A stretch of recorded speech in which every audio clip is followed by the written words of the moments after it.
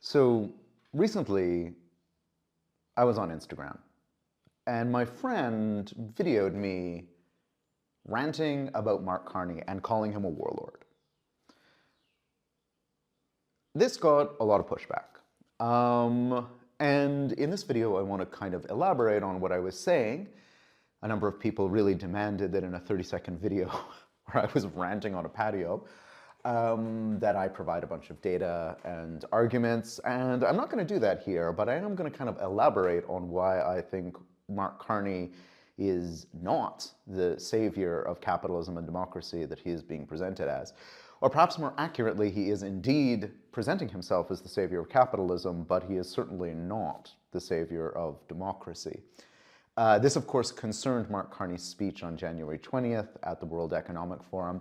And let's just take a moment at the very beginning of this presentation to talk about the World Economic Forum. You know, this year at the World Economic Forum in 2026, everyone was extremely upset because Donald Trump arrived and, declared his board of peace, his rogues gallery of oligarchs and mafiosi and gangsters and warlords from around the world who are allegedly going to come together and rule over Gaza, which has been, destroyed by American imperialism and Israeli settler colonialism. And everyone's really upset because, this is quite clearly Trump's attempt to replace the United Nations with his own hand-picked bunch of goons who are going to pay, apparently, $1 billion for the privilege of sitting on this ridiculous committee. Now, rightly, I think everyone is like, this is an undemocratic, gangsterish, warlordish move. And I'll come back to why I'm using the word warlord so much later in this video. But really, that's what the World Economic Forum was from the very beginning, right? This was an elite club of incredibly rich individuals. It was a place for world leaders, allegedly world leaders, democratically elected world leaders, to come and hobnob with the world's financial elite, so that they could basically try, the allegation is that this is to solve some of the biggest problems facing humanity, like climate change and preventable diseases and all this nonsense. Of course it wasn't. It was basically a place for the global capitalist elite to come and try and work out many of the problems of managing a very complex, contradictory, and crisis-riven capitalist system. So really, the World Economic Forum was the original board of peace to begin with.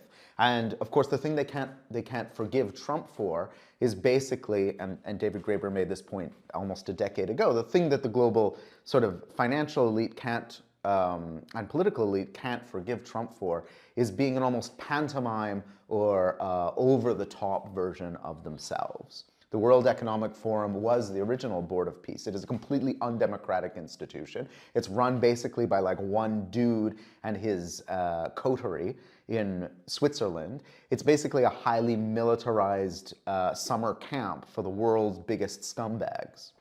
So the fact that Mark Carney would even go there and use that as the forum in which he's going to lay down the law about how the world has fundamentally changed and middle powers like Canada need to get with the program with their new sort of so-called values-led realism, this is offensive on the face of it. I'm not a huge fan of the United Nations and what it has become since the Second World War. I see the United Nations as essentially having already been sabotaged by capitalist powers long ago. And I generally see that the liberal values that Carney seems to imagine have now been decimated by Trump were never possible within capitalism anyway. Human rights, the rule of law, fair and impartial media, autonomous legal system, these things were always being undermined fundamentally by big money and big power of large corporations. Nonetheless, at least the United Nations had some fig leaf of international legitimacy, and at least it had a somewhat, at least nominally democratic mandate. The World Economic Forum has absolutely none of those. Now, obviously, the World Economic Forum of the last few years has become the subject of right-wing conspiracy theories, especially during and following the 2020 pandemic, when a huge number of right-wing commentators began to accuse the World Economic Forum of using the pandemic or even unleashing and orchestrating the pandemic as a way to impose central bank digital currencies or 5G towers that were allegedly making people infertile and controlling their minds, or 15-minute cities that were allegedly a war on the car, and on and on and on. This whole repertoire of right-wing conspiracist nonsense. Conspiracist smoothie, as Naomi Klein has called it.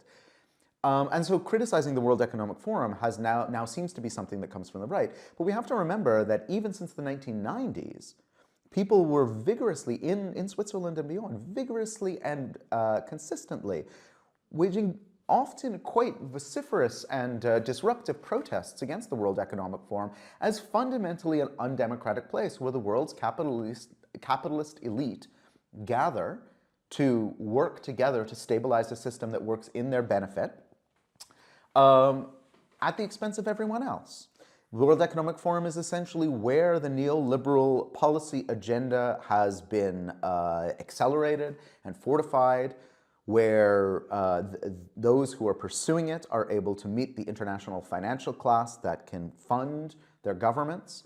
And here's the thing, Mark Carney has been a key part of that since the very beginning. Since he was an employee at Goldman Sachs working in sovereign debt, since he was the chair of the Bank of Canada, the governor of the Bank of Canada, and then later the Bank of England. His career and the career of the World Economic Forum run hand in hand. He is a functionary of that system. Now, I've called him a warlord, and again, I promise by the end of this video I will get a little bit closer to what I mean by warlord and why I'm using that term.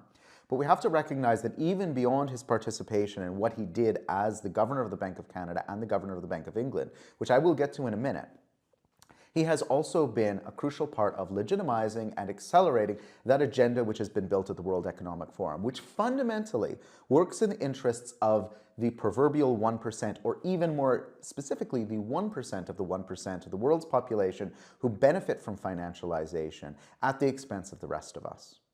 So ultimately, when we speak about Carney and the World Economic Forum, we need to begin there. The World Economic Forum is an illegitimate institution. The only thing that should be said at it is that it is an illegitimate institution and it needs to be shut down immediately in the name of any substantial notion of democracy whatsoever. The very fact that Carney chose it as the site where he would make this speech, and indeed, he was chosen by the World Economic Forum and by Larry Fink, CEO of BlackRock and a major player within the World Economic Forum, specifically to give that address, to give what was essentially the keynote address, because it mirrored the agenda of the World Economic Forum. For those of you who don't know, BlackRock is the world's largest asset management company. It is one of the world's largest and most powerful corporations. It represents in many ways the bastion of the American financial system, and indeed in many ways the global financial system. We'll come back to it in a minute. Let's go to the speech, though, for a second, just before we come back to these questions of, what exactly are Carney's responsibility and why do I call him a warlord? The speech itself, I like to liken to the moment when, dad comes home and sits you down and says, "Look, kid, the dog's dead. We didn't actually send the dog to live out its best years on a farm somewhere. It's not frolicking with the birds and the ducks and, the lambs. The dog's been dead for months." And here the dog is the international rules-based order that Carney, to his credit, is like, you know what, it was always a bit of a lie anyway. We never really stood up universally for human rights. The world economic system, in spite of the fact that it was held together by all of these, regulatory frameworks, never really was applied equally to everyone. So Carney basically says, that world where we expect there's going to be an international rules-based order backed by the United States, that's over. And this is like him saying, kid, the dog's dead. It's been dead for a long time. You already knew it. Stop crying. And actually, maybe to extend the metaphor a little bit, it would be like, the dog's dead and it was run over by my rich boss / enemy, in this case, Trump, when he was like drunk and driving his sports car around. And Carney in the speech basically goes on to say that middle powers like Canada, and by this he means not Russia, not China, not the United States, like the big powers, the great powers. These middle powers need to somehow band together and start making different kinds of alliances, because now there's no one single global hegemon, the United States, who's going to enforce a global set of rules. Okay, so for people like me who've been tear gassed and beaten up by police for the last 30 years at ultra-globalization and anti-imperialist demonstrations, Carney's admission that the international rules-based order was bullshit comes as some vindication, but cold comfort. Because the reality is that many of us have been saying this for a very long time. You know, we certainly said it during the early days of the so-called globalization period, starting in the 1990s, where the global capitalist apparatus restructured itself in now a unipolar world in order to benefit the United States and other Western countries. And we talked about it during the establishment of the General Agreement on Tariff and Trade that would eventually turn into the World Trade Organization, with, for instance, demonstrations against the free trade area of the Americas and other free trade deals around the world, with demonstrations year after year against the World Economic Forum itself. We were always consistently saying that these trade agreements pretend to be creating a global order of free and fair trade that's going to allow the global capitalist economy to grow and the rising tide will so-called lift all boats. That's nonsense. This is essentially charters that enshrine corporate rule, from the realm of international property relations to the ability of corporations to sue farmers for stealing seeds, to the ability of companies to sue countries that impose regulations on them. This is going to create, and indeed it did create, a corporate race to the bottom, where corporate power is going to grow unchecked exponentially year after year. Right? We've been arguing this for a very long time, and we were arguing it outside of conferences where people, including Mark Carney, were meeting to draft these trade deals, claiming that this was just simply a disinterested technocracy in making capitalism run smoother and reducing trade barriers.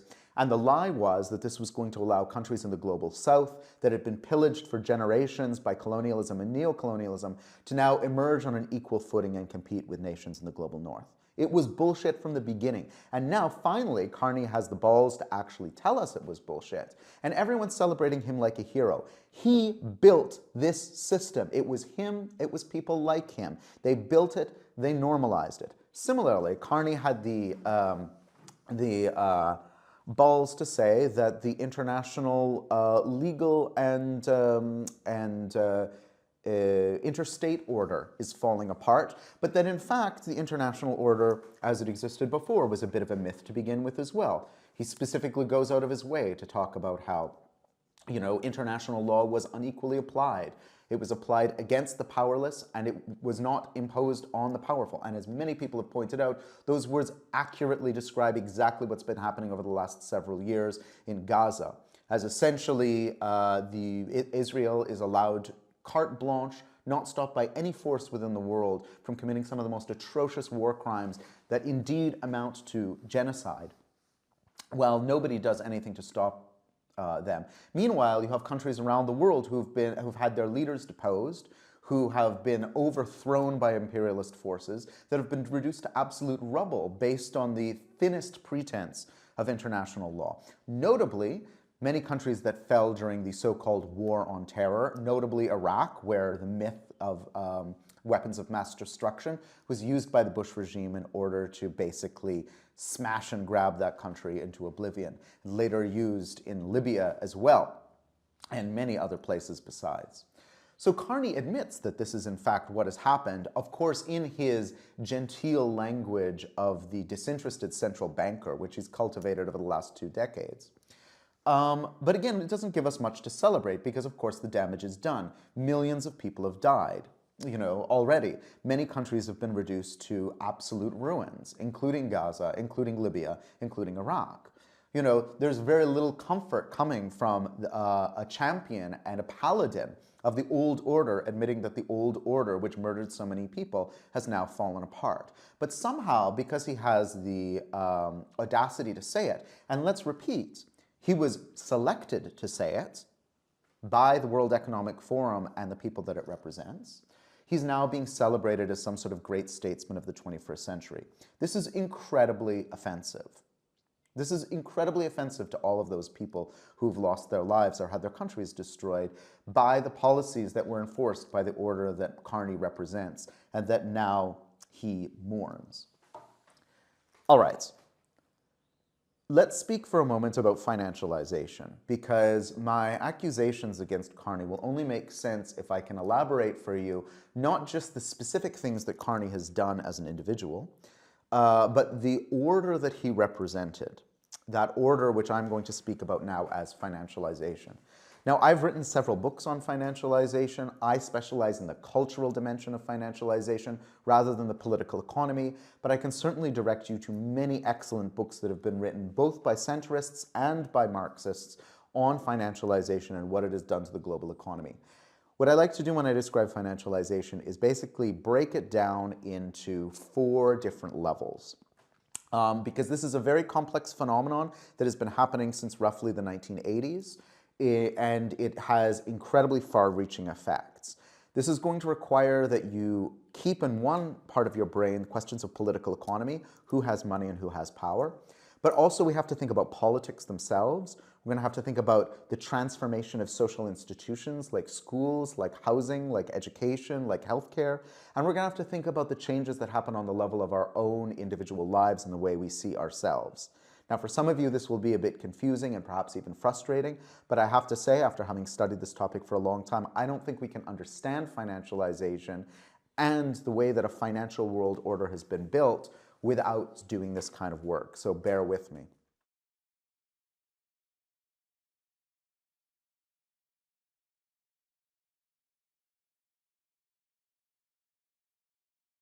I like to think about financialization as a process, as a period, and as a set of fundamental transformations. So as a process, well, let's actually begin with a period. So as a period, financialization describes a span of time that some people date from about 1973. These are the years of the oil shocks, when the United States exited the gold standard, when the Bretton Woods system of international financial regulation broke down and was replaced by a new one. It was also the birth of neoliberalism, including its sort of trials by fire through the shock doctrine, as Naomi Klein has pointed out elsewhere, in Chile and elsewhere, where coups d'etats and natural and unnatural disasters were used as a mechanism to push forward a highly so-called pro-market agenda, which is in fact not pro-market, it's pro-corporate power, it's pro-capitalist power. The market here is a kind of weird abstraction that's used to make it feel like we're all participating. We're not all participating. It's really pro-corporate and pro-capitalist policy. So we begin this period of financialization in 1973, and what we see is throughout that period the acceleration of a process.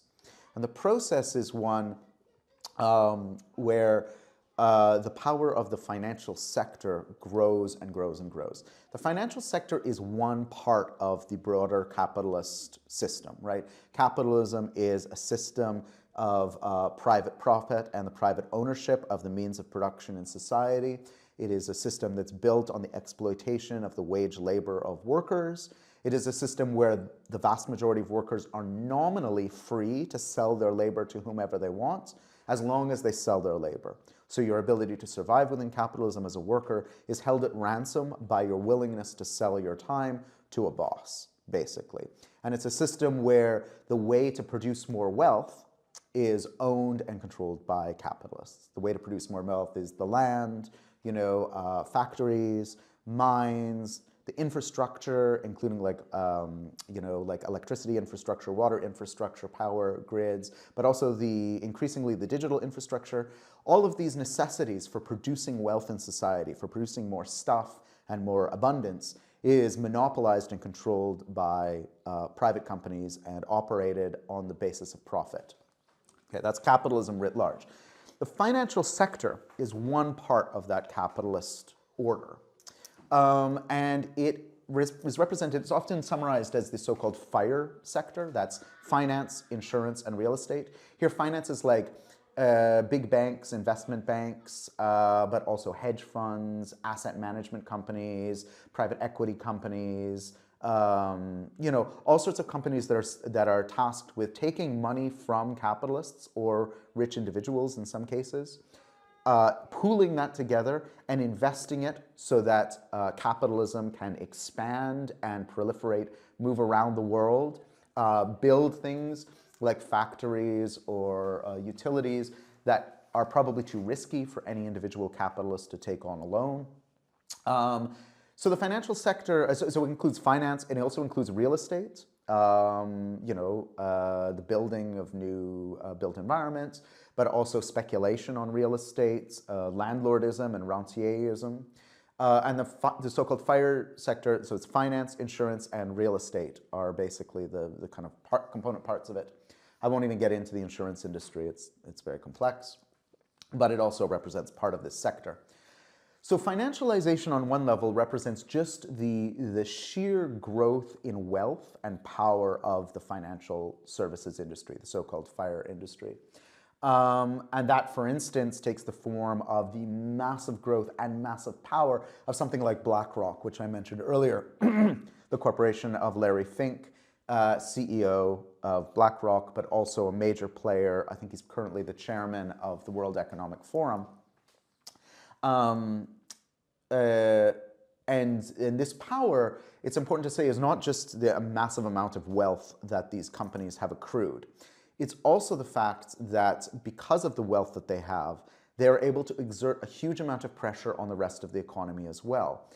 If you're a company, large or small, and you want to expand, for instance, or you want to finance a merger or acquisition, or if you want to simply refinance your sort of financial profile so that you can continue to operate.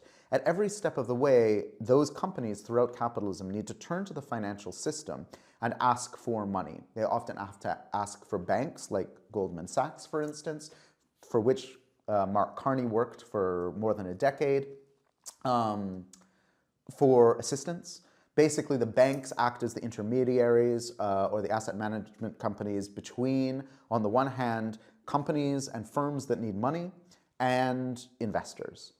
That's the role of the financial sector writ large. And we're not just talking about like everyday investors who are using their sort of smartphones to buy stocks. We're talking about large institutional investors like pension funds, like sovereign wealth funds, etc. So essentially, financialization on sort of the most basic level is just the incredible wealth and power that's accrued to the financial sector. And that has massively unbalanced the economy in ways that, for instance, have been explored by Thomas Piketty in his work, where he basically shows that over the last years of financialization and neoliberalism, the wealth that's been gained by people who have access to investments has vastly outpaced the economic growth for everyone else, essentially speaking. So in ultimate words, those who are part of that financial world or have access to it are growing their wealth much faster than everyone else. So there's this kind of rapid growth in power and wealth of the financial sector, but that also has had the effect of reshaping the priorities of all sorts of companies and firms throughout capitalism as well. So for instance, you might have like an aerospace company like Boeing, which is increasingly oriented not to building planes primarily, but to returning value to its shareholders. And there have been a number of explorations about how this fundamental business model, which has been financialized, which has moved away from any responsibility to customers, to people who are flying in their airplanes, to the communities where their factories are, to their workers. This has all been replaced by a fundamental commitment and a restructuring of the corporation in order to return always higher levels of shareholder value. That comes at the expense of everyone and everything else. This is true also of auto manufacturers, it's true of the agricultural sector, it's true of almost every aspect of capitalism. Housing, for instance, especially in urban areas, has been fundamentally reshaped by financialization towards the accumulation of rent by landlords, and increasingly large institutional landlords, private equity funds, real estate income trusts, and others that own huge swaths of housing across vast geographical territories, or who basically package housing together as a means to create a new asset that can be sold on financialized markets. So financialization also means the fundamental reshaping of the capitalist economy, beyond even the profit motives of a particular owner of a factory, but towards the ever accelerating demand for returns on investment at the expense of every other possible value, including the long-term stability of certain companies. For example, private equity funds basically operate by cruising around looking for what they consider to be undervalued companies that may still be producing valuable goods and services, buying them up, asset stripping them, selling them for parts, and then allowing them to collapse. This is kind of a tried and trusted business model that makes a huge amount of money for global financial operatives. So financialization on the one hand is this fundamental restructuring of capitalism from within itself. It's not a transition out of capitalism. And in fact, I think the smartest historians of capitalism realize that the system goes through waves of financialization over time. Sometimes financialization is extremely pronounced, and other times it isn't. What's perhaps different in this day and age is that a lot of this financialization is being now executed by algorithmically powered supercomputers, such that most humans don't really have much of an influence over it. And the other thing is that the level of financialization and the global power of financialization is stronger than it's perhaps ever been, including in the great, the halcyon days of empire, when financial power was indeed extremely powerful. So we have this first layer of financialization, which is, the incredible power of the financial services industry. And I want to say that that is not an accident. That doesn't happen automatically. That's just not a natural tendency within capitalism. That depends on choices that are made by politicians, choices to deregulate the financial services industry, which happened extensively in the 1980s and the 1990s, choices to bail out banks and financial firms and the financial markets in the wake of the 2008 financial crisis, which was very much part of what Mark Carney and his fellow central bankers were doing in that period. It comes from choices that basically prioritize the needs of the financial services industry over anything else, and that militate against, for instance, socialist policies that would try and bring aspects of the economy back under public control, whether through regulation or through nationalization of services and industries. So these are political choices that are made. And as I will explain in a few moments, these are political choices that are not only made by elected representatives, they are also aided and abetted by appointed technocrats, including, importantly, central bankers. We'll come back to this in a moment, because it has a bearing on the accusations we can make against Mark Carney for his role in the austerity and financialization agenda. But before we do that, let's look a little bit deeper into the continued effects of financialization. The second layer of financialization I think it's very useful to talk about is a financialization on the layer of politics.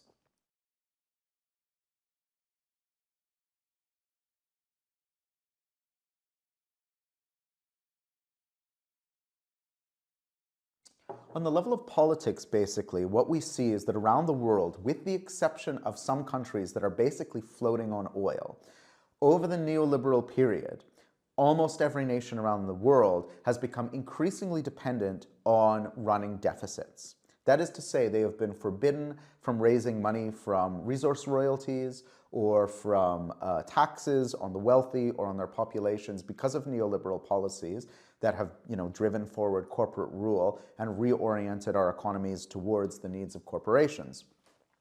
The result has been that every year, most countries around the world, including Canada and the United Kingdom and others, have to go cap in hand to the financial system in order to sell bonds and other instruments that allow them to raise enough money to basically pay for the necessities of running a government, including things like the military, social services, basic utilities, the operations of the government itself, et cetera, et cetera.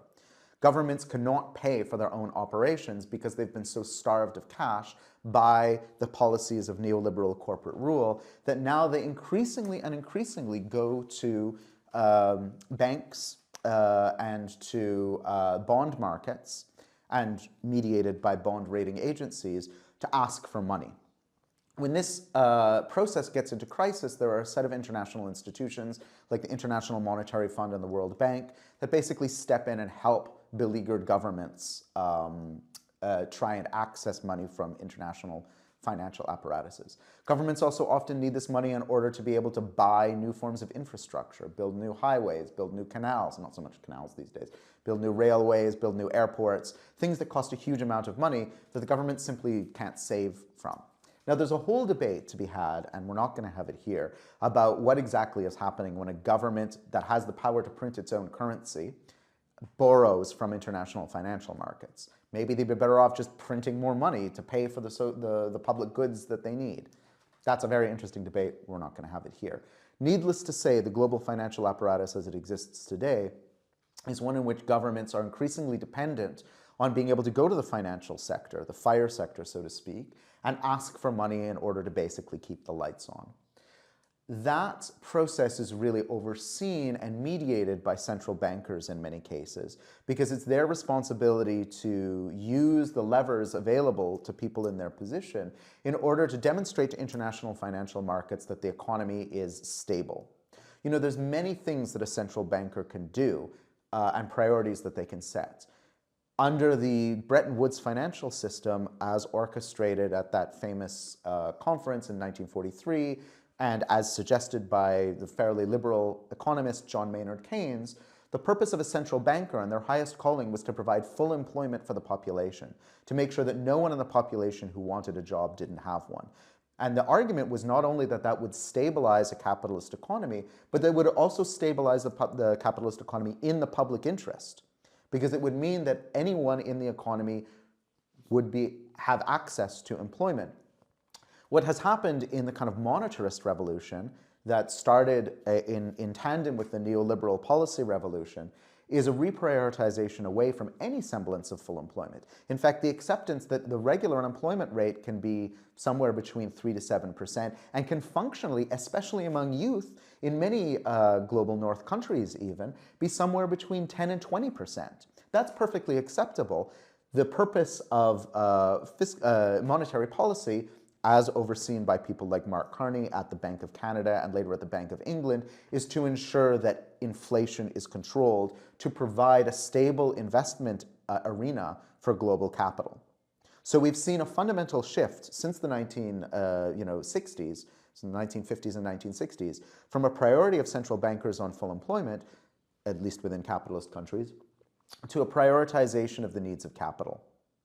Now, I'm an anti-capitalist, so I don't actually think that the Keynesian solution here was the right one. I don't think full employment is the goal that we should be striving for. I think a society that is abundant, built on solidarity, where everyone has what they need, you know, these are the priorities we should be setting, and those priorities are only going to be met by the nationalization and collectivization of the means of production. Nonetheless, at least the Keynesian priority of full employment had some notion of the public good at its heart. The notion that has driven the austerity agenda, which has driven sort of the neoliberal financialized transformations we've been speaking about here, is one that largely prioritizes the needs of the market, and that means the needs of the most powerful people in the market, with the understanding that whatever is good for capitalism will eventually trickle down to everyone else. That is the system that Mark Carney fundamentally agrees with. It is the system that he fundamentally built and sustained during his time as a central bank governor at the Bank of Canada and later at the Bank of England. All right. So financialization, as I've mentioned, represents the growing power of financial companies over the rest of capitalism. It also represents the incredible sway that the financial sector now has over government policy, because governments are dependent on them for deficit financing. It's also important to note that people like Mark Carney and his ilk are in a revolving door between companies like Goldman Sachs, where Carney worked for much of the 90s and early 2000s, with the halls of government. It's very difficult today to find a finance minister anywhere in the world who hasn't worked at a major investment bank, either British or American, many of them for Goldman Sachs. Many of these people move from those corporations into government, and then when they're done their stint in government, they move back into those corporations. The World Economic Forum is a key place where those people meet each other and circulate. Excuse me. So we also see the fact that, you know, a lot of this financial apparatus is so fundamentally complex, it requires the specialized knowledge of people who have worked within the sector. But more than that, it requires the specialized links and connections. So one of the things that Canadians chose when they elected Mark Carney was not just somebody who had been what they perceived to be a sort of stable operator and manager of an economy. They also basically bought a prime minister who had incredibly strong links to the global financial elite, which arguably was very useful if your country needs to raise a huge amount of money to build massive extractive projects, which is precisely what the Carney government has promised they will do in response to the end of the old world that they say came from Trump's decisions. So ultimately, this is not just the financial world, and its integration with politics is not just about the influence that finance has over government policy. It's also about the personal connections between financial capitalists and the leaders of the world's financial apparatuses. Now, let me say for a moment that this is not a conspiracy theory. This is just how capitalism works. It's the way that capitalism has always worked. And I'm going to take a slight diversion before I get to kind of the sociological and the cultural effects of financialization to walk you through this. Capitalism is a system built on a number of fundamental contradictions. And one of those contradictions is that capitalism is riven by competition between capitalists. If you think about like the old feudal order, there wasn't a lot of competition between different people. I mean, occasionally in kind of catastrophic moments, two different families would fight for the throne. And there was, of course, competition between different people within the nobility for positions in the court. But under capitalism, there's a lot more contradictions within the ruling class than there were under almost any other system, because they have to compete with each other in order to drive the system forward. There's maybe three levels of competition. On one level, there's competition between different firms within the same sector. So like Ford and General Motors and Toyota and Tesla are all competing in the car market. They have a shared interest as capitalists. They want people to buy cars. They want the government to support them in various ways. They want, for instance, cheap imports of metals and other materials to build cars. They want fairly cheap labor costs. So they have shared interests that they can collaborate on, for instance, through lobbying the government and by pushing for certain kinds of policies, but they are also competitive with one another. Then on the level of a national economy, you also have the competition between different sectors. So you have the automotive sector, which I mentioned before, but then you also have the oil and gas sector, and you also have the fire or finance sector, and you also have the agriculture sector. And all of these sectors may be capitalists, but they're all competing with one another because the policies that a government might set could very much harm one and help another. For instance, immigration, right? Immigration is really great for a number of different sectors that need cheap labor forces. But it can be very bad for certain other sectors of the economy that don't benefit from large immigration. So these different sectors of the capitalist economy might compete with one another, but they also sometimes have to cooperate. And similarly, at the level of the nation, you have whole national blocks of capitalists, like the Canadian capitalists, and the American capitalists, and the British capitalists, and the Indian capitalists. And they all are competing against one another within the national economy and against one another in the international sort of capitalist game. But also on a national level, they often find the need to cooperate as well. So capitalism is ultimately a system that depends on both the cooperation and the competition of capitalists. And this leads to a whole range of contradictions and ultimately to many different sorts of crises, which we're not going to get into today. That requires that capitalism produce within itself certain mechanisms where capitalists who otherwise might compete and might undermine the whole system with their competition can come together to cooperate. The World Economic Forum is one such institution. It's a place where all of these capitalists and the politicians who serve them come together once a year and try and figure out how to stabilize a system that is riven with contradictions and crises.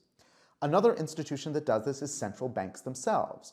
Basically, what a central bank does, ultimately, is try and serve the broad interests of the national capitalist class and try and integrate a country within a global capitalist apparatus.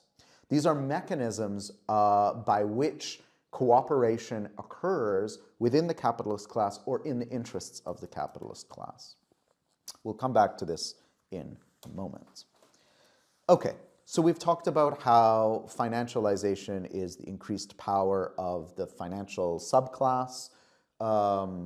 We've talked about how financialization represents the incredible power exerted by the financial sector on governments.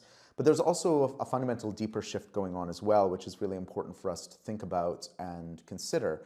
And that is the way that financialization has reshaped society and reshaped our sense of self. And I'll keep this relatively short because it's not as relevant, but it does help us understand something about the rise of fascism in our times.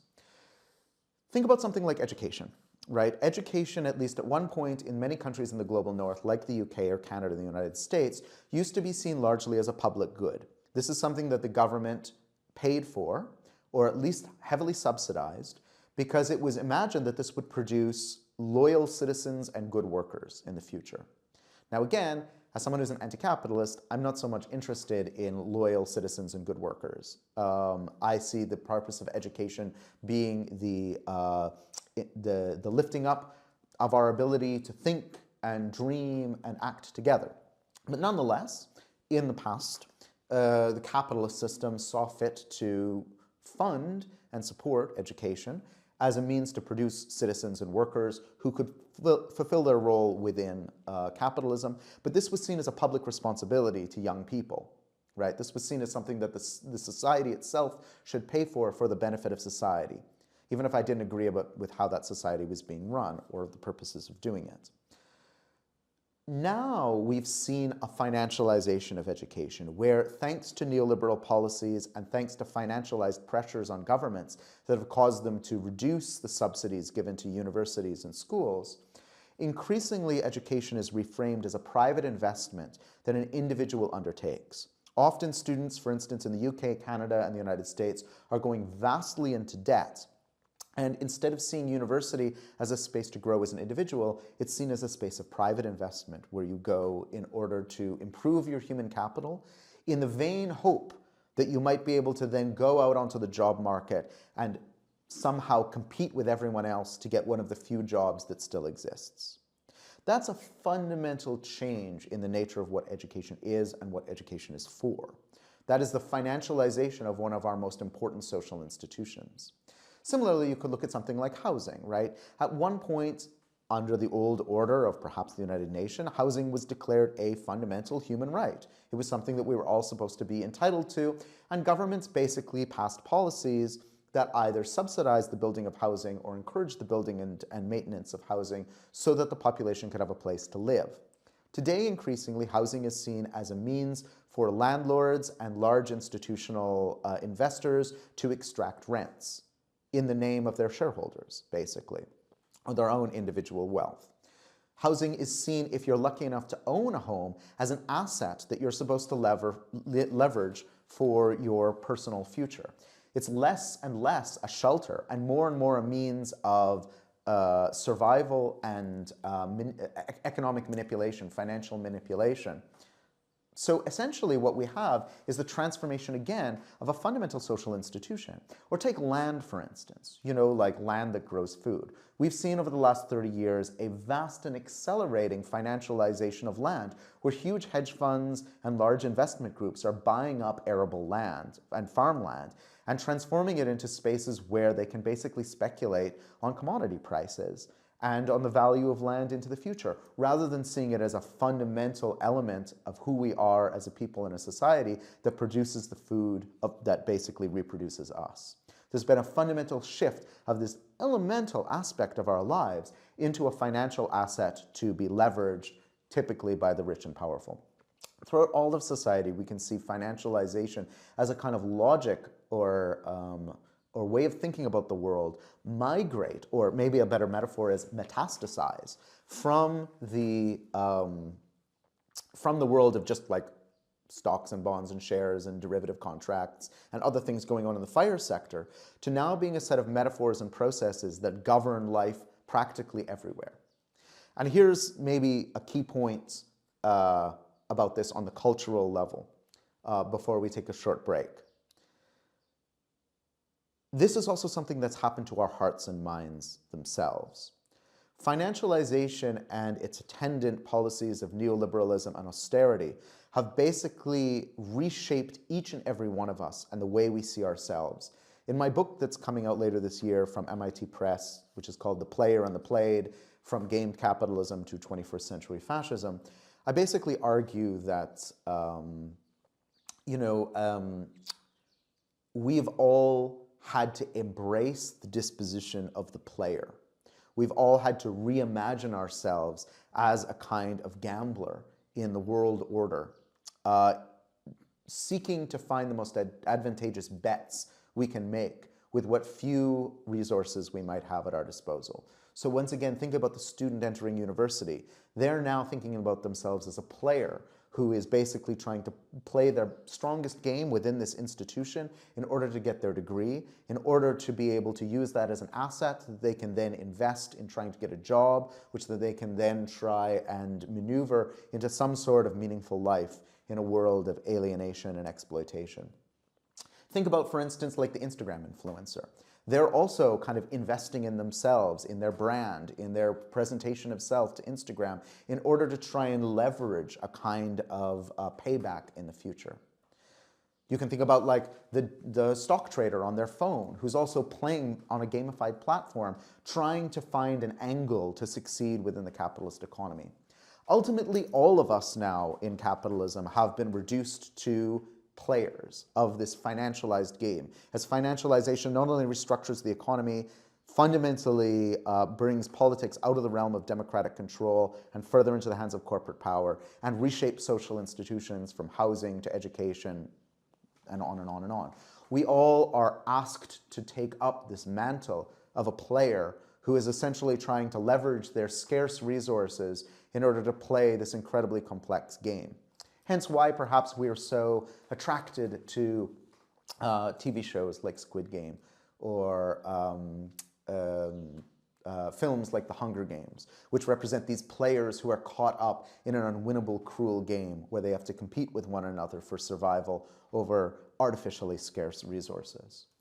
Now, I'm going to speak in a few moments about how this order of financialization that I believe Carney is very responsible for helping create, produces the sentiments that lead to 21st century fascism. This player that we've all become feels cheated.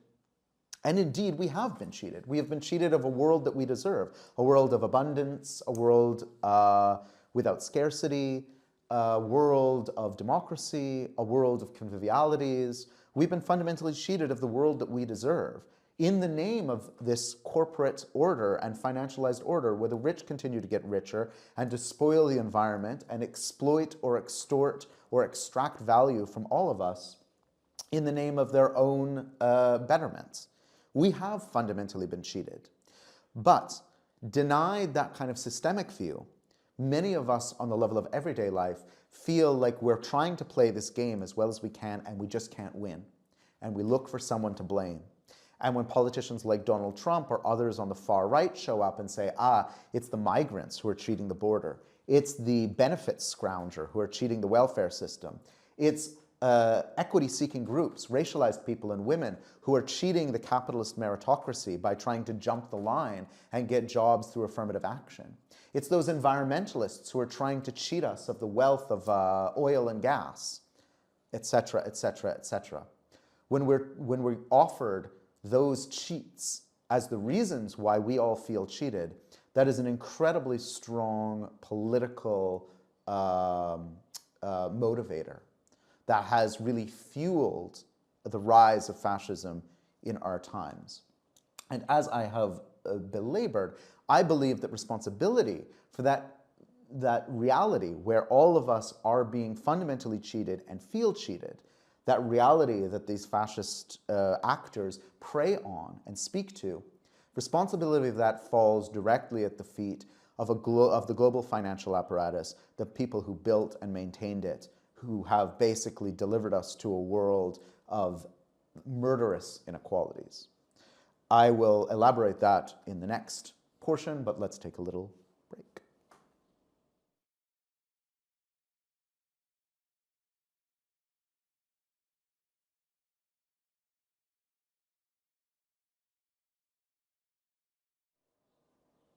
So it's important, again, as we resume, to recall that financialization, as I'm framing it here, is not a conspiracy theory.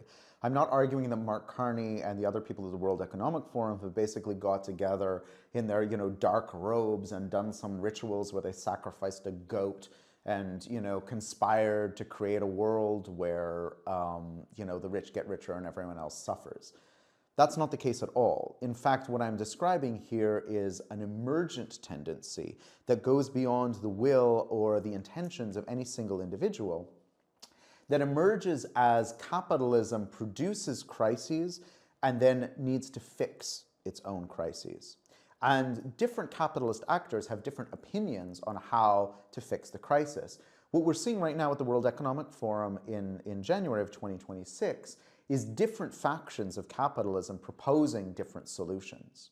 So the Trumpists basically propose that the way to solve this crisis of capitalism is a return to a sort of vigorous and brutal nationalism. In his case, white Christian nationalism in the United States, which is a kind of closing ranks around the nation and a use of the nation's economic power in order to protect and enrich its capitalist class. It is a kind of crony politics where the United States will use its massive wealth and influence in order to bully countries around the world into joining its various alliances, either on the level of politics, like the so-called Board of Peace, or on the level of economics in terms of the bilateral trade agreements that it's increasingly negotiating and then, of course, breaking with other countries as well. Carney represents another faction of the global capitalist class who basically were the architects of the old order, which he admits was never truly the guarantor of the rule of law and fair and impartial trade agreements. He admits that it was a bit of a lie.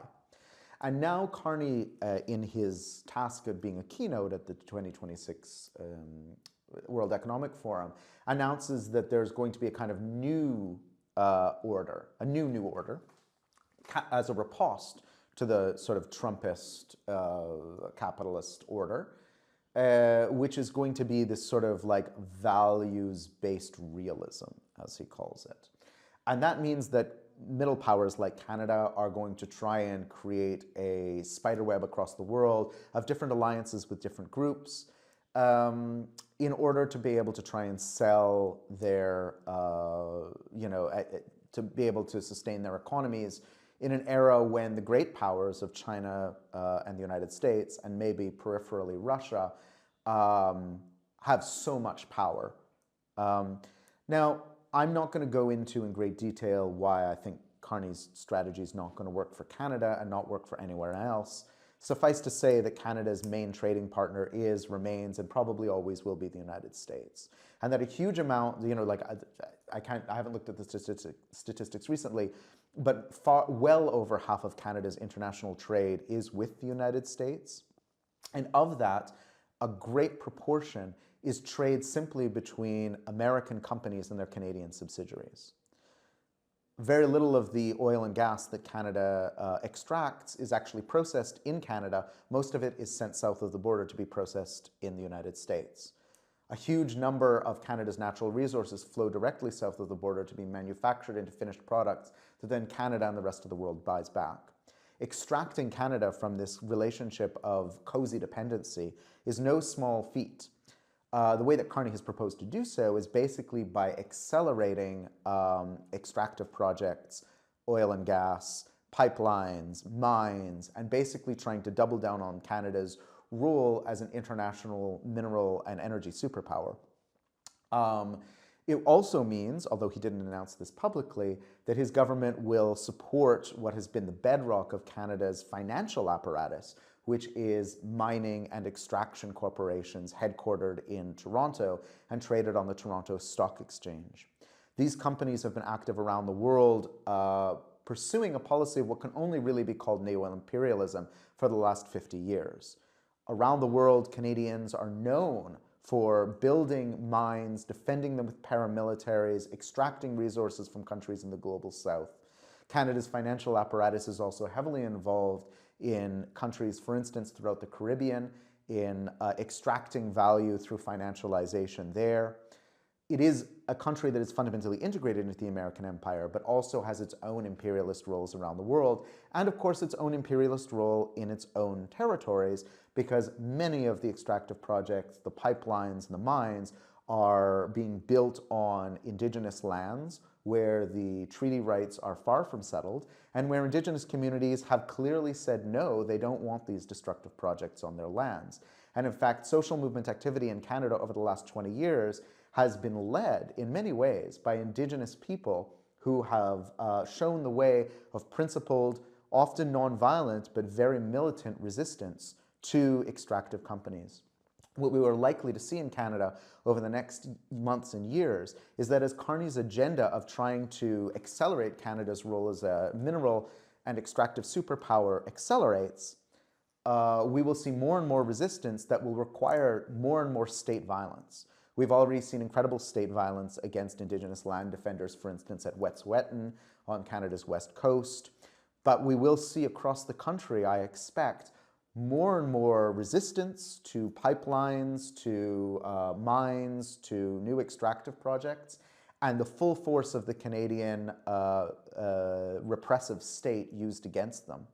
You know, right now, here in January 2026, we have the contrast of Carney, who appears to be this angel of peace, you know, daddy, swanning around at World Economic Forum, while Donald Trump, you know, murders people in the streets of Minneapolis with his paramilitary police force. And of course, the horrific scenes in Iran as the regime there murders people in the name of upholding its horrific theocracy. Sorry, tankies, it's true.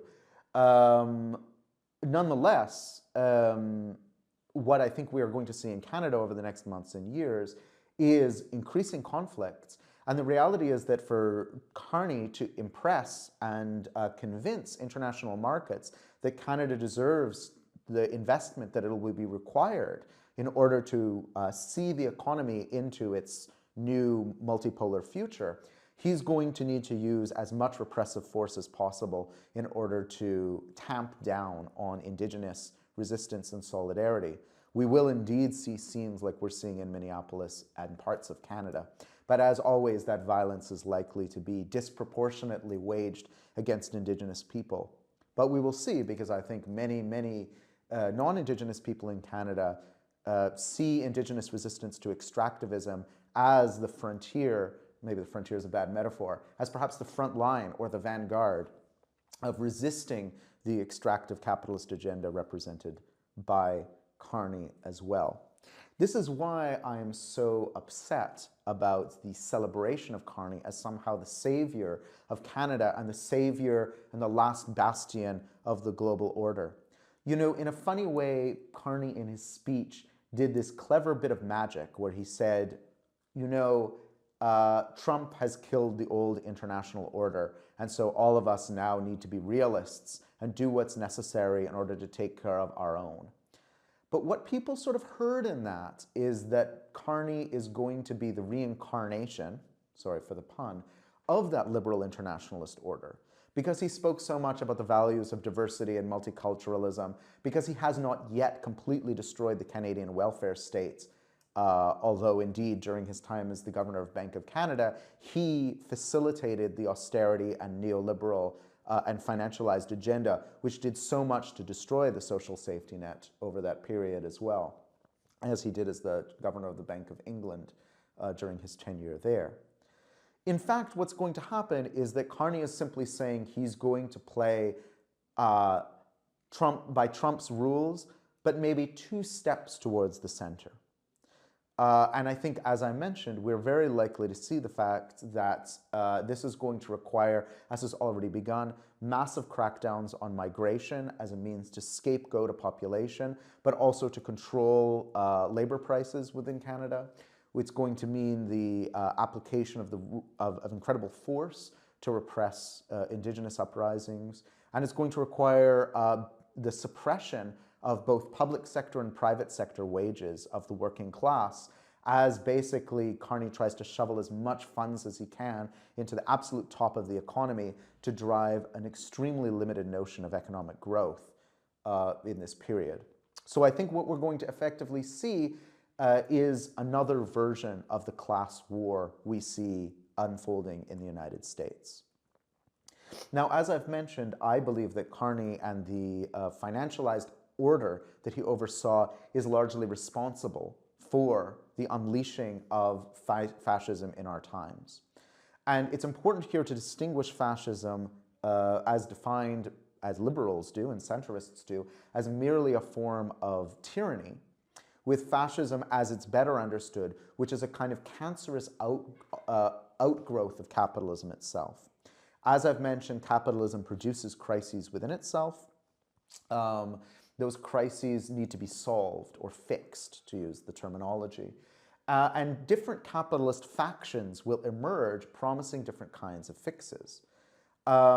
The fascist fix to these crises is to look almost directly at the contradiction or the crisis that's in play and offer a violent, murderous solution to it.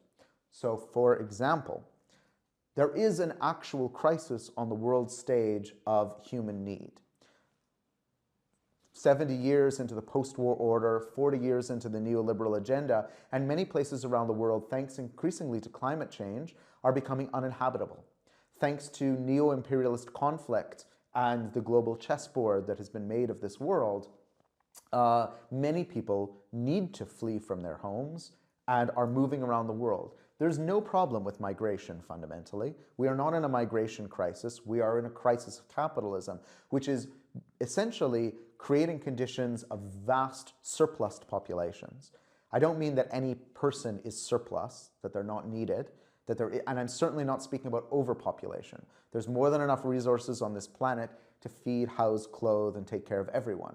I'm speaking of a process within capitalism, which we call the surplusing of population, where essentially what happens is capitalism strips people of their ability to survive on the land by growing their own food, etc., or by working within communities to sustain each other. It dissolves and destroys this in the name of profit. And then those people become dependent on capitalism for wages. But capitalism, thanks to either the moving around the world of capital or thanks to changes within capital's organic composition, essentially does not need these workers. So we live in a world now where some increasingly significant portion of the population is simply unnecessary for capitalist profitability. And people around the world are moving in order to try and find work, in order to gain access to wages and some moderate share of capital in order to survive, because they no longer have the means to survive themselves. Now, that is a real crisis of capitalism. And that crisis of capitalism is mediated and controlled by the institution of the border. The institution of the border, which is itself an outgrowth of European imperialism, which organizes the world into a series of nation states that can be controlled and manipulated by their local capitalist class in competition with others.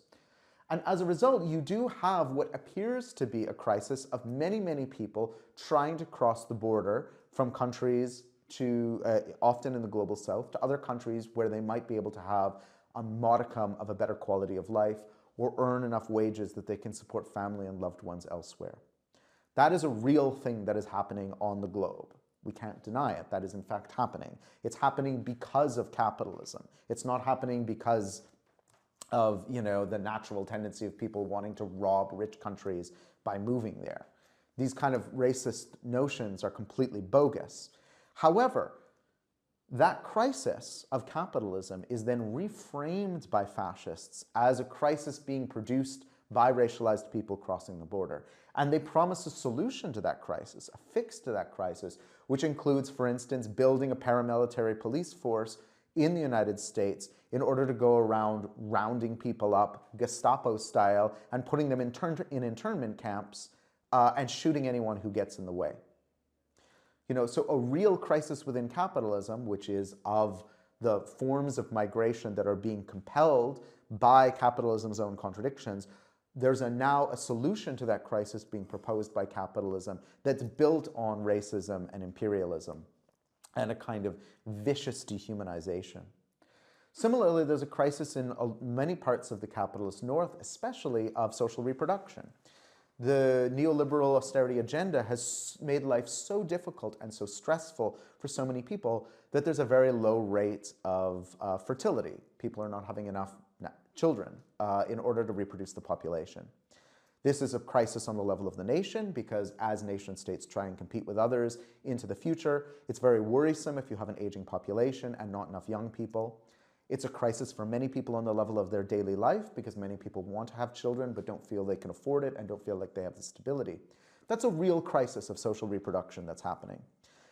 Fascists look at this crisis and say, aha, the problem here is that queer people and feminists have undermined the patriarchal family, that men can't have jobs because women are taking them, et cetera, et cetera. And so we need to put in place policies that vigorously enforce and entrench patriarchy. You know, whether that means curtailing women's right to choose, or people's right to choose if they abort pregnancies, to, the incredible crackdown, which is indeed now increasingly appearing to take the form of almost a genocide against trans people. There's a war on social reproduction in order to try and solve this crisis of social reproduction from a fascist perspective. So ultimately, we need to recognize that fascism is something that grows out of capitalism. It promises to save capitalism from itself. And here's a contrast that needs to be made between the forms of 20th century fascism and our new forms of 21st century fascism. The fascism of Hitler and Mussolini often dreamed of abolishing capitalism and replacing it with a kind of totalitarian control of the state over society and the market. Neither regime managed to achieve that, largely because both of them had to compromise with the capitalist class in order to gain power. But the dream of those systems was ultimately the kind of centralized control of the state over the entire economy, not in a socialist sense of making the government work in the interests of the people, rather to consolidate power around an incredibly small political clique, and then basically parcel out clientelist power to various industrial magnates. By contrast, today's 21st century fascists don't dream of taming or containing or in any way moderating the capitalist market. In fact, they see the capitalist market as the arena within which strength is rewarded. Fundamentally, what fascism is, if nothing else, is a kind of worship of strength, the worship of power for its own sake, the fundamental belief that might makes right, and that those with power are entitled to do what they want, and those without power must suffer or obey. That's the fundamental sort of core of a fascist ideology. Today's fascists see the market as the arena within which that happens. It's either the battlefield or the market in which you demonstrate your strength and your fitness to rule over other losers. And this is why today's 21st century fascists, in fact, want to accelerate the tendency towards financialization. They want to basically accelerate and explode the neoliberal agenda so that the market rules every sphere of life. Because they believe fundamentally the market is this neutral, perfect arena within which strength can be demonstrated. That doesn't, of course, prevent them from instituting a kind of cronyistic order where they enrich themselves and their friends and accept basically bribes and forms of patronage. Because ultimately the belief is that if you are rich enough to afford a bribe or rich enough to afford patronage, it demonstrates that the market has already rewarded you and your strength and your power to begin with. So ultimately the form of 21st century fascism that is being unleashed here is actually the kind of demonic hyperbole version of the form of corporate rule that was delivered to us under financialization. It isn't fundamentally different. What's different perhaps is the cultural trappings around it. The old financial order promised that this would be done under the auspices of equally applied international law and global trade agreements.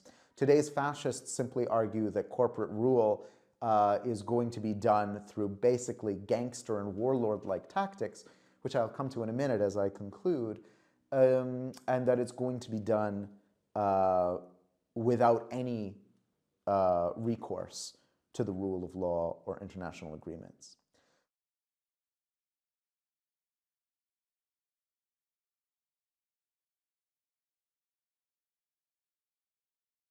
But the fundamental point here is that whether we go with Carney's world order or Trump's, we are basically headed towards a future of corporate rule, where democracies will ultimately be little more than a fig leaf to justify the actions of leaders that ultimately serve an incredibly small global elite.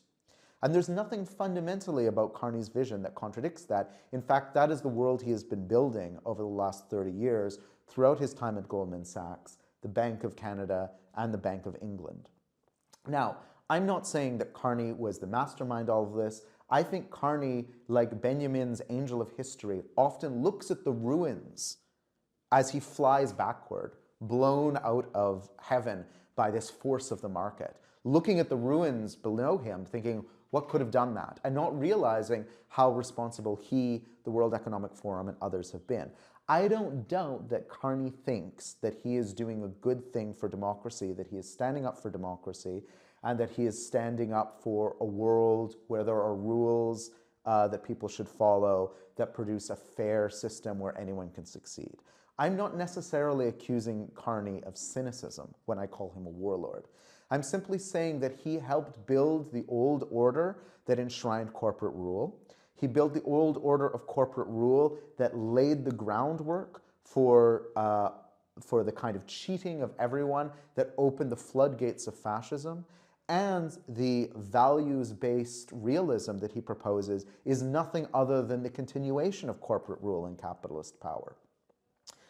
So ultimately, when I make this accusation against him, I'm suggesting that he and I have an ideological difference, but his ideological difference and his power has produced a world that has enriched him, perhaps indirectly, but certainly his friends at Goldman Sachs and BlackRock, and certainly all of the other elites who gather every year at the World Economic Forum in spite of their differences. Now let me conclude this somewhat now long discussion by talking a little about why I call him a warlord. I'm going to explain this a lot more in future work, so I won't belabor it here in detail, except to say that I think warlordism and what I call warlordarchy is a very useful way of thinking about how the world is being restructured in this moment since, say, the global pandemic, and certainly since the rise of Trump's second regime and the end of the so-called rules-based international order of which Carney spoke. There have been a number of commentators recently who have suggested we might be entering a new age of feudalism. For instance, Cedric Durand's discussion of techno-feudalism, Jody Dean's discussion of neo-feudalism, Yanis Varoufakis also has written about feudalism. I think the metaphor of feudalism is slightly misleading for a couple of reasons. I think feudalism was a hierarchical system where people at the top sort of had patronage relationships with lords down below them, and they all sort of mutually supported each other in a relatively stable kind of pyramid-like shape. I think what we're seeing now instead is indeed the incredible power of certain individuals and companies that are acting almost like feudal lords, which have come to control different kinds of literal and metaphoric territories and extract rents from them. To that extent, I agree with the hypothesis. But I think the metaphor of feudalism would mislead us into imagining this sort of hierarchical pyramid-like structure, where in fact what we have is far worse. It's a shifting, chaotic global network of warlords who are entering into and exiting different kinds of temporary alliances with one another. Those warlords are asymmetrical. Some of them are very large, some of them are very small. The kinds of territories they control are very diverse. Some of them control political territories, some of them control infrastructural territories, like for instance a social media company or a platform like Amazon. Some of them control elements of the media and elements of ideological realms. Someone like, for instance, Stephen Bannon is a kind of ideological warlord who controls a little fiefdom in terms of the attention economy. My argument, and I'll elaborate this in greater detail in the future, is that the warlord offers us a very useful metaphor, or perhaps even a model, for thinking about the way that power reconfigures itself in a moment of profound capitalist crisis. I am not sure, as some of the people who argue for a kind of neo-feudal hypothesis, that this means there is a fundamental shift in the nature of capitalist political economy. I am not yet convinced of the argument proposed by Mackenzie Wark, for instance, that capitalism may be dead and something worse has emerged from it. That's a thesis that's echoed by Jody Dean. I am not yet convinced by those arguments, but I am increasingly feeling in sympathy with their arguments that we are seeing the emergence of new forms of capitalist power that do need to be accounted for. The reason I've chosen the notion of the warlord is partly because the warlord was the great enemy of the international rules-based order that Carney declared dead in his speech. Beginning in the 1990s and the fall of the Soviet Union in places like the former Yugoslavia, in various parts of Africa, and in Afghanistan, we saw over those periods the rise of these individuals whom the West labeled as warlords. These were individuals who used military force to seize subnational power, essentially, to seize territories and then rule over them with force, to extract rents and taxes from the population in order to pay their armies in order to dominate the population. But what's very important to think about in these warlords is that they didn't really want to be states. They didn't want to care for the population. In fact, they often left an overarching state intact in order to make sure that the state provided a basic minimum of care for the population, and also to make sure that the state could interact with international aid agencies that would provide the necessities of life to the people whom they taxed and exploited. So a warlord ultimately is somebody who claims a subnational territory and uses it in order to enrich themselves, but also relies upon these broader structures, whether it's an international aid organization or a nation state. And what the relationship between the warlord and these larger forms of sovereignty or para-sovereignty is one of kind of sly dependency. Similarly, I think something useful to recall about warlords is that they operate on the logic of patronage and intimidation. So ultimately, their warlords nest under each other and form networks. So these warlords all have a kind of truce. That's your territory, this is my territory. Also like gang lords in an urban environment, right? But they also maintain their power by basically creating patronage agreements with all sorts of people underneath them.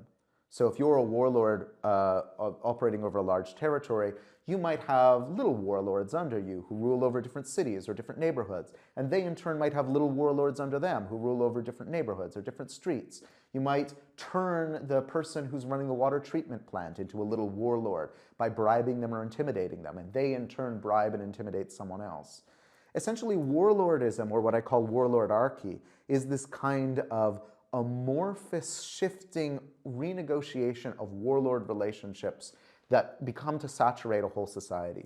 And if you look at, for instance, what Putin has done in Russia, consummate warlord, or what Trump is doing to the United States and its apparatuses, if you look at his appointees and the way he's restructured a lot of the government apparatus in the United States, it is basically this kind of warlordarchy.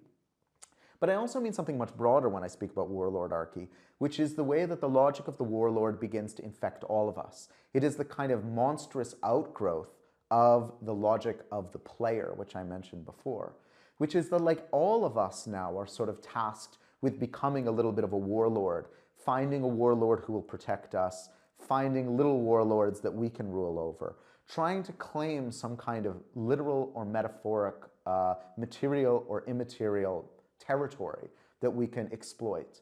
So think about, for instance, like the social media influencer, for example. They're kind of like little warlord of their little territory of the attention economy. And they're operating under the broader warlordism of Zuckerberg at Meta or Bezos at Amazon or Musk at X or whatever. I think that the warlord offers a very profound metaphor for us understanding the shifting capitalist behaviors and organization, at least at the meso level. I'm not yet convinced it can help us explain some of the biggest questions of political economy in our moment, but I think it does help us explain something about the way power is reconfiguring itself. And so here I come to the final salvo, which is, yes, I do believe that Mark Carney is a warlord. I believe he's a warlord who's in control of a state, which is Canada, but I believe what he announced on his January 20th speech is essentially that even though he's going to speak in the language and the rhetoric of international law, of the order of nation states, of middle powers having to make their way in the world, ultimately what he's going to oversee is a country where it will not be essentially a liberal pluralist democracy. It will be in a kind of shadow way, but again, 2 steps towards the center, an echo of the order that Trump is building, where the strong rule and the poor suffer what they must, to paraphrase Carney's paraphrase during his speech. I believe that essentially what we will see in Canada, for example, is that Carney and his cabinet will have to use incredible repressive powers of the state, both legally and in terms of policing, in order to consolidate control over the territory, in order to extract natural resources and rents from the population. I think that Canada is already set up as a federal country in order to facilitate that kind of warlordism through the provincial premiers who will need to be aided and abetted. But even beyond just the formal political sphere, we have to remember that Canada's political economy has been built for decades on the supremacy of a small number of incredibly elite families and incredibly powerful companies that essentially have ruled over the country since its confederation, if not before, in many ways. And that is kind of the template of warlordism, if nothing else. In fact, I think long before Carney came to power, Canada was ripe for a kind of transformation into this warlordism, emblematized, for instance, by the power of the Irving family in New Brunswick, which basically runs that province like its own little fiefdom, but also the power of the Weston family behind Canada's largest grocery retailer and pharmacy shop, and many other ruling companies within the country and families that have inordinate power over the political economy. These people are acting like warlords and have been acting like warlords a long, long time. And it's that model that Carney is in fact likely to export to the world. I hope this discussion has been interesting to you. I guess if I have to offer some takeaways, it would basically be this. It's class war all the way down. It's class war under Trump, and with people getting murdered in the streets of Minneapolis and elsewhere and snatched out of their beds in the middle of the night. But it's also class war, and was class war in the old order that Mark Carney comes to, not to praise, but to bury in his January 20th speech. And he admitted as much, that the international law and rules-based financial order was always asymmetrical, as he puts it. It was just class war. That's what it was. The World Economic Forum is class war. And Carney's new set of policies of values-based realism is class war. Now, all of these people, all of these warlords claim that they act out of necessity. That's what every warlord has always claimed. They never come out and say it's because of their greed, or their lust for power. They always say it's necessity. And both Trump and Carney together both talk about how this is realism. Trump, when he got up in his speech the day after Carney, gets up and with a regretful tone says, I have to take Greenland. I'm sorry, there's nothing else I can do, right? China wants it, Russia wants it. I'm just a realist here. Trump also gets up and sort of almost even apologetically says, oh, I'm sorry, we have to do, snatch children out of their beds at night and send them to detention centers and murder people in the streets, but we have to do this. We're being invaded. I'm just a realist, And Carney likewise says, well, I'm just sorry we don't have an international rules-based order anymore. I'm sorry, but this is just realism. And in fact, he uses this term realism. The reality is that this is not realism. This is just class war. It's a choice.